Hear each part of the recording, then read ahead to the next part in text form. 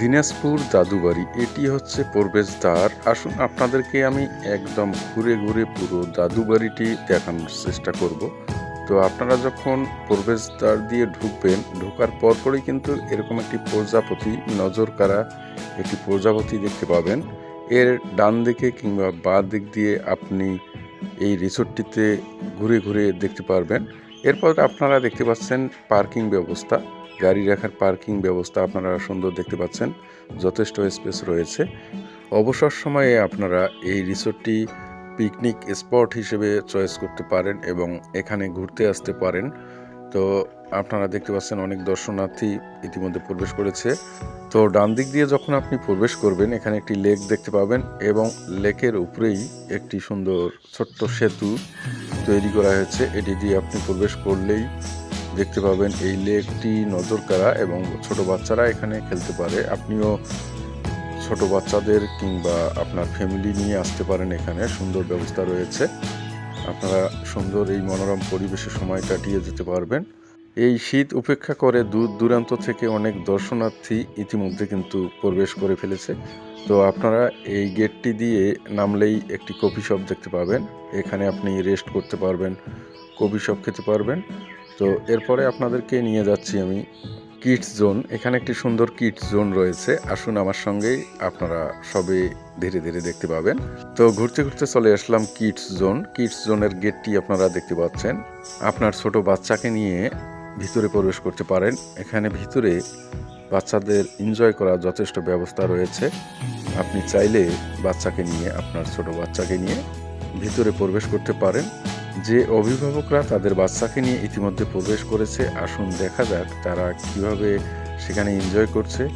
এখানে আরেকটি বিষয় উল্লেখ করার মতো, প্রাকৃতিক যে সৌন্দর্য সেটি কিন্তু এই সৌন্দর্যে, প্রাকৃতিক সৌন্দর্যে ভরপুর এই জাদুবাড়ি রিসোর্টটি। তো আপনারা এবারে দেখতে পাচ্ছেন বাচ্চারা কিন্তু এই কিডস জোনে প্রবেশ করেছে এবং এখানে খেলছে তারা।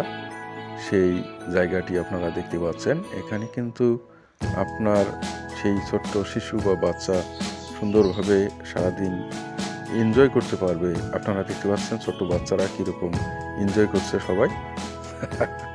দেখতে পাচ্ছেন বাচ্চারা কীরকম দুষ্টেমি করতে করতে সেখানে এনজয় করছে, খুব আনন্দ লাগছে।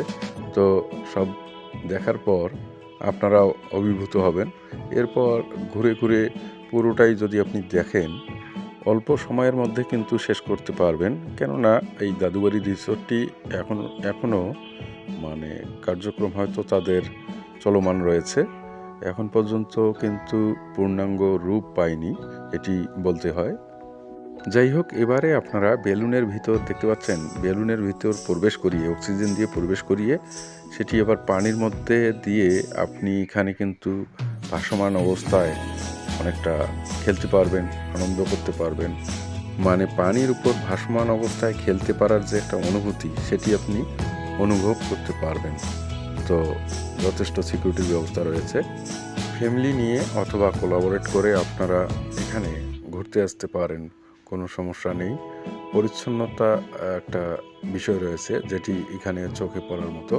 অনেক পরিচ্ছন্নতা কর্মী এখানে নিয়োজিত রয়েছে। আপনারা দেখবেন কিছুক্ষণ পরপরই তারা পরিষ্কার করছে। তো এটি একটি পজিটিভ দিক। আপনারা নিরিবিলি এবং পরিষ্কার পরিচ্ছন্নতার মধ্যেই থাকবেন।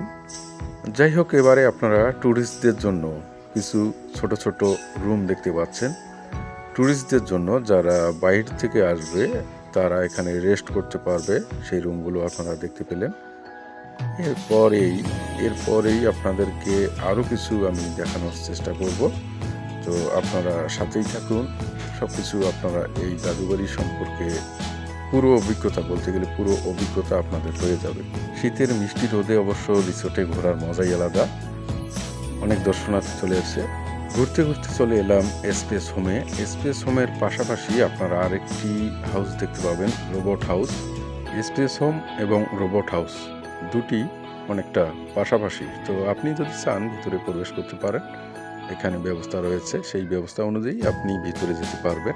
আর এই জাদুবাড়ির লোকেশন সম্পর্কে যদি আপনাদেরকে একটু বলি, যদি আপনি দিনাজপুর হয়ে আসেন সেক্ষেত্রে 10 মাইল যাওয়ার আগেই কিন্তু আপনি এই রিসোর্টে পৌঁছাতে পারবেন। আর যারা রংপুর এবং পঞ্চগড় থেকে আসবেন তারা 10 মাইল পার হয়ে অল্প কিছু দূরত্বেই এই রিসোর্টটি পেয়ে যাবেন।